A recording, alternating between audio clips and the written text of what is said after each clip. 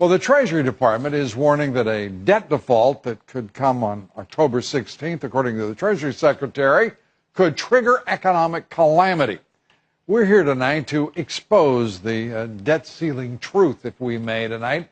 To put it in perspective for us, the government has, first of all, revenue per month of $250 billion. The debt interest payment is $30 billion.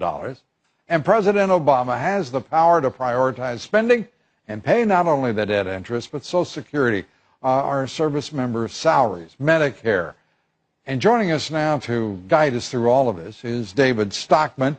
He is the former head of Office and Management and Budget under President Ronald Reagan. David, it's great to have you with us. And we are also joined by Chris Edwards. He's Director of Tax Policy Studies at the Cato Institute. It is terrific to have you here, Chris. Thanks, Lou. David, let me turn to you first. How can there be so much hyperbole and so much, frankly, what a good friend of mine calls gross over-exaggeration about this?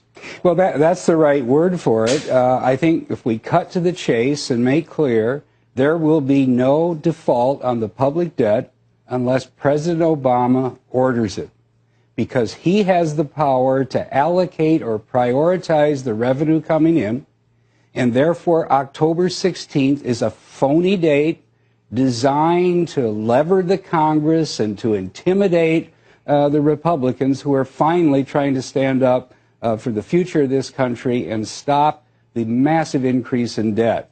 Now, there is no constitutional feature that says he can't allocate if we're out of debt ceiling. There is no law that says he can't.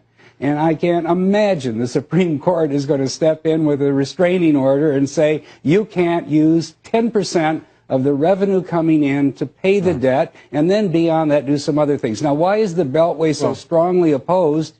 Because it would force a negotiation over time to get some real change and reform to stop the entitlement machine. And that's which has occurred. That's what they're hiding. Which has occurred over our history. Chris, your thoughts, the idea that default is now being characterized in such dramatic and frankly, this administration employing such rhetoric of fear. I mean, this is a real contrast with a man who was elected on hope and change to be engaging in this kind of, I'll say what it seems to be, fear-mongering.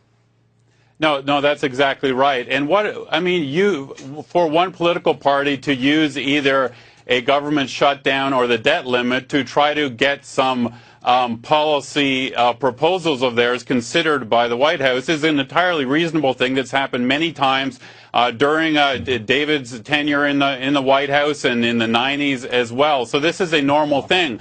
I mean, the problem here is that President Obama and the Democrats excluded the Republicans from the Obamacare policy right from the beginning. Obamacare got no Republican votes in the House or Senate, and ever since, President Obama has made these unilateral decisions on changing Obamacare. So the Republicans, of course, feel excluded. And so they're doing what I think is reasonable, is they are using the leverage that is available to them to try to get some changes in this bad law. I want to talk to you both about the position that there have been two reports. We talked earlier with Congressman Doc Hastings, who said that there is no baked-in deal on the continuing resolution or a number, and that the shutdown will go on because the leadership is absolutely committed to maintaining their position and that there is solidarity.